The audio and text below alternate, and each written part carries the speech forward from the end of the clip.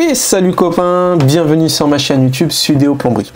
Bon, aujourd'hui on va parler outillage. Donc un outil qui sert à tous les plombiers, qui va servir aussi à beaucoup d'autres corps de métier comme des peintres, comme des agents immobiliers. Donc on va parler de la caméra thermique. Dans une de mes vidéos, je ne sais plus laquelle, si j'arrive à la retrouver, je vais te la mettre ici. Je t'avais montré où je devais percer entre deux pièces pour passer des nouveaux tuyaux. Sauf qu'il y avait des tuyaux existants qui passaient par là. Mais je voulais pas toucher un tuyau et me retrouver un peu dans la galère. Donc j'avais sorti ma petite caméra thermique, j'avais trouvé le passage des tuyaux et j'ai pu percer à côté sans être inquiété. Donc en plomberie, on s'en sert assez souvent. Moi, je m'en sers aussi pour faire des recherches de fuite. C'est vraiment un outil qui me sert beaucoup et que j'utilise assez souvent. Donc aujourd'hui, je vais te montrer un autre modèle que je teste depuis un petit moment, qui est beaucoup plus abordable. On va pas se mentir, celui que j'avais montré dans la vidéo, il est pas donné. Et on va s'en rendre compte aujourd'hui dans la vidéo, enfin, du coup, moi, je m'en suis déjà rendu compte, c'est que le produit que je vais te présenter aujourd'hui, des fois, on dit que le pas cher coûte cher, pas pour tout. D'ailleurs, je fais une petite pause.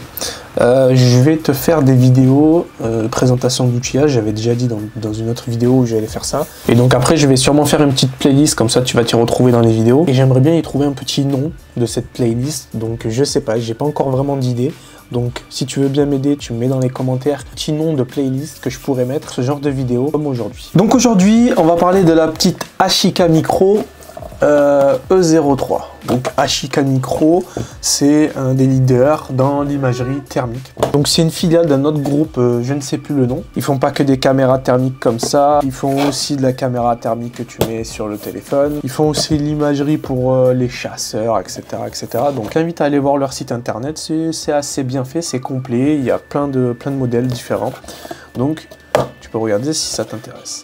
Donc la petite Ashika Micro E03, donc comme tu peux le voir, elle est super compacte. Donc tu vois par rapport à ma main, super compacte, tu peux la mettre dans la poche, ça va pas te gêner. C'est très léger, je crois que ça fait 300 ou 350 grammes. Donc ici, on a un premier objectif pour prendre des photos. Juste à côté, on va retrouver l'objectif thermique qui lui va aller de 9000 pixels à 57 600 pixels. Tu vas me dire, mais j'en sais rien, moi, à quoi ça correspond? Je vais te le montrer tout à l'heure, tu vas voir, c'est bluffant. À côté, on va avoir un petit flash, donc à l'avant, un petit écran 3,5 pouces. Ici, par le dessous, un petit emplacement pour mettre un trépied ou n'importe. Les petits boutons, ils se retrouvent juste là au-dessus. Sur le côté, la prise USB-C pour pouvoir le recharger, un micro et ici, un emplacement pour la dragonne. Donc moi, ce que j'aime sur ce produit, c'est la taille de l'écran, 3,5 pouces. Qui est vraiment pas mal et ça nous permet du coup de vraiment voir correctement les images sans aller sur un PC, que j'avais pas malheureusement sur l'autre caméra thermique. C'était un problème que j'avais dessus, c'est que l'autre avait un écran vraiment très petit et du coup pour aller voir les images et faire des rapports, etc., il fallait obligatoirement le mettre sur le PC pour voir l'image un peu plus grande. Là on n'a pas vraiment ce problème, donc la qualité pareil de l'infrarouge, elle est vraiment géniale, tu verras, je vais te l'allumer. Inférieur à 50 MK. En gros, pour faire simple, ça veut dire que ça détecte les plus petites variations de température. Voilà, pour faire simple. Alors maintenant, on va parler un peu prise en main. Alors moi, ce qui me plaît avec cette caméra, c'est la simplicité. Elle se tient bien en main. L'interface, elle est super intuitive. Donc en fait, tout est tactile, tout est super bien expliqué. Donc en fait, juste avec les icônes, on arrive à se retrouver et à comprendre à quoi ça correspond. Donc là, comme tu as bien vu, on rentre dans les petits paramètres de l'appareil. Ici, c'est pour les photos et les vidéos, parce que oui, tu peux prendre des photos et des vidéos. Mais je vais te montrer après, c'est vraiment pas mal. Et ici, c'est un bouton pour revenir sur le menu. Là, on a ici le petit réglage de température, donc en automatique ou manuel. Ce bouton-là va nous permettre de gérer la palette de couleurs, donc on peut modifier toute la palette de couleurs, ça c'est vraiment aussi pas mal pour plusieurs situations. Ensuite, avec ce bouton, on va pouvoir choisir les modes de vision. Donc là, c'est en fusion. Donc le mode fusion, on va avoir une partie thermique et une partie visuelle beaucoup plus nette. Le mode thermique, c'est 100% thermique. Je sais pas si tu arrives à bien voir. Et ensuite, on va avoir le sans la partie thermique, que la partie visuelle. Le dernier bouton, ça va nous permettre de activer ou de désactiver le point chaud, le point froid et le centre. Voilà, donc là j'ai tout désactivé et là je réactive tout, donc je vais avoir un point chaud, un point central et le point froid qui va être au point le plus froid tout simplement. On a une mémoire interne de 4 Go, donc ça permet vraiment de stocker vraiment pas mal de choses. Une batterie intégrée qui se recharge du coup, comme je t'ai dit, avec l'USB-C. La batterie dure environ 4 heures en continu, hein, j'ai bien dit continu. Et c'est super robuste. Ils ont fait un test de chute de 2 mètres. Et on a un indice de protection en IP54. Donc je vais te faire une petite démonstration. Ici, j'ai des petites piles qui rechargent depuis plusieurs heures. Donc là, quand on touche, c'est chaud, mais c'est pas non plus brûlant. Et je vais te montrer avec la caméra thermique comment on visualise tout ça. Donc comme tu peux le voir, on a une qualité d'image vraiment très bonne. Donc ici, le petit point rouge, ça va être notre point le plus chaud. Et le petit point bleu, le point le plus froid tout simplement. Donc là, on voit bien que le maxi, il est à 77, le central à 35, donc c'est ici, et le mini est à 23. Donc on voit que là, ça chauffe quand même vraiment pas mal. Ce qui est vraiment pas mal sur cet appareil, c'est que ici, on a plusieurs colorimétries. Donc on va pouvoir modifier ça très simplement, tu vois. Ce qu'on a aussi qui est pas mal, c'est le mode fusion. Donc là, on est en mode fusion, je vais te le mettre en mode thermique à 100%. Donc là, on est en mode thermique, tu vois que l'image, elle est quand même moins nette.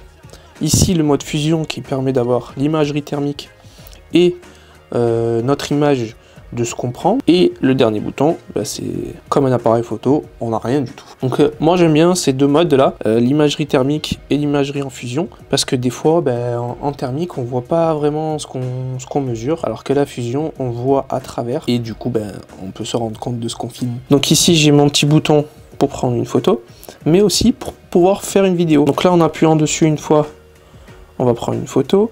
La photo se met ici qu'on va pouvoir retrouver dans l'appareil. Si j'appuie longtemps sur le bouton d'appareil photo, on voit bien qu'ici ça commence un peu à filmer.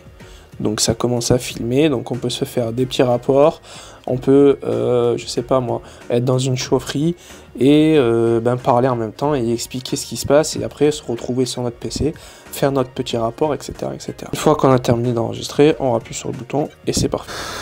Donc ici je vais te montrer sur mon petit chauffe-eau Twido. Donc j'ai pas fini d'isoler ni rien du tout, il n'y a que l'isolant qui est dessus quand on le reçoit comme ça. Donc là, ce qu'on peut voir, je sais pas si tu vas bien voir, c'est qu'on a un point chaud qui est du coup à 30 degrés. Je tourne un peu sur la gauche, il n'y a plus rien. Voilà. Donc en fait là on voit très bien que le chauffe-eau il chauffe que sur une cuve. Donc là on est sur 3 cuves, 1, 2, 3. Et on voit très bien que du coup on chauffe qu'une seule cuve. Du coup ici, dans tout ce beau bazar, on a notre petite clarinette, notre nourrice avec les départs eau chaude, eau froide. Donc là, j'ai fait couler un petit peu d'eau chaude. Et voilà, là on est sur la nourrice et on voit vraiment très bien.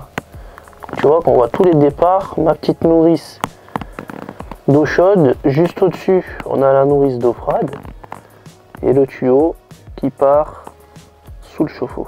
Autre image ici sur une toiture. Donc on voit les points froids et les points chauds. Tu peux le voir.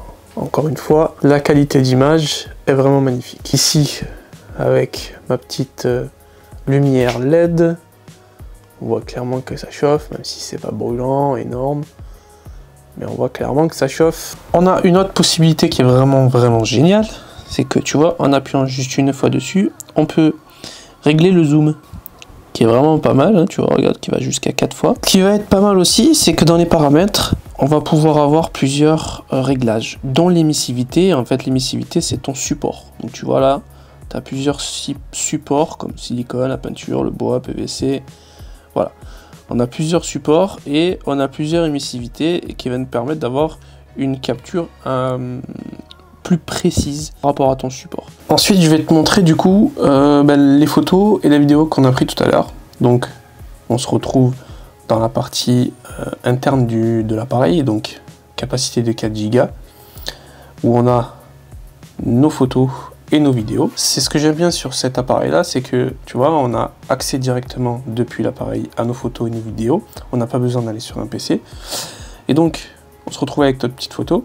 Quand on clique dessus, on va avoir plusieurs possibilités, dont la possibilité de lui mettre une note, voilà, donc une petite note pour pouvoir se rappeler, mais aussi surtout d'avoir des infos encore plus poussées, une photo de ce qu'on a pris, de ce qu'on a mesuré, mais sans la partie thermique, et l'autre photo avec la partie thermique, et aussi toutes les informations, date, heure, l'émissivité, ce que je t'ai dit tout à l'heure, l'humidité, la distance, etc., etc. Donc on a vraiment des infos assez poussées sur l'appareil. Et pareil, que ce soit les photos ou les vidéos, c'est la même chose, on a accès directement, et comme tu peux le voir, on a une image qui est vraiment pas mal.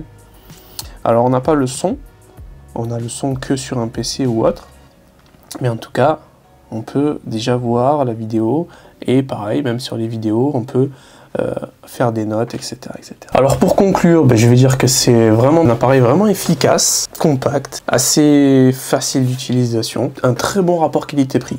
Quand je vois la différence de prix avec l'autre appareil que j'ai, je vais pas les citer, etc. pour pas, voilà. Quand je vois la différence de prix et la qualité que j'ai sur celle-là, ça coûte 200 balles. D'ailleurs, je vais mettre un petit lien dans la vidéo où je crois que tu as 10%. Bon bref, cet appareil-là fait 200 balles. L'autre que j'ai, 2 fois plus cher, avec un plus petit écran, une qualité moins bonne que ça, je suis désolé, mais il faut dire la vérité. Je suis quelqu'un d'assez cash, et quand c'est de la merde, je vais dire que c'est de la merde. Je suis désolé, et pourtant je trouvais que mon autre appareil était de très bonne qualité, qui coûte quand même assez cher, et je pensais que c'était de la très bonne qualité.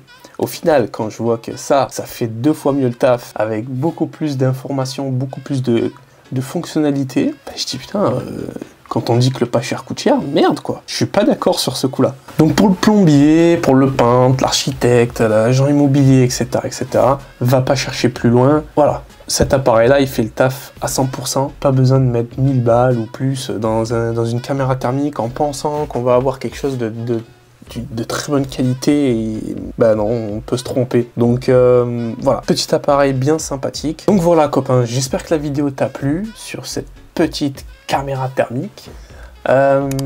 N'hésite pas à me laisser un petit like, un petit commentaire, ça fait toujours plaisir. Et aussi, n'hésite pas à me donner une petite idée de nom de playlist pour ce genre de vidéo qui va se baser du coup sur l'outillage. Bref, j'espère que ça t'a plu et on se dit à une prochaine vidéo. Allez, tchuss!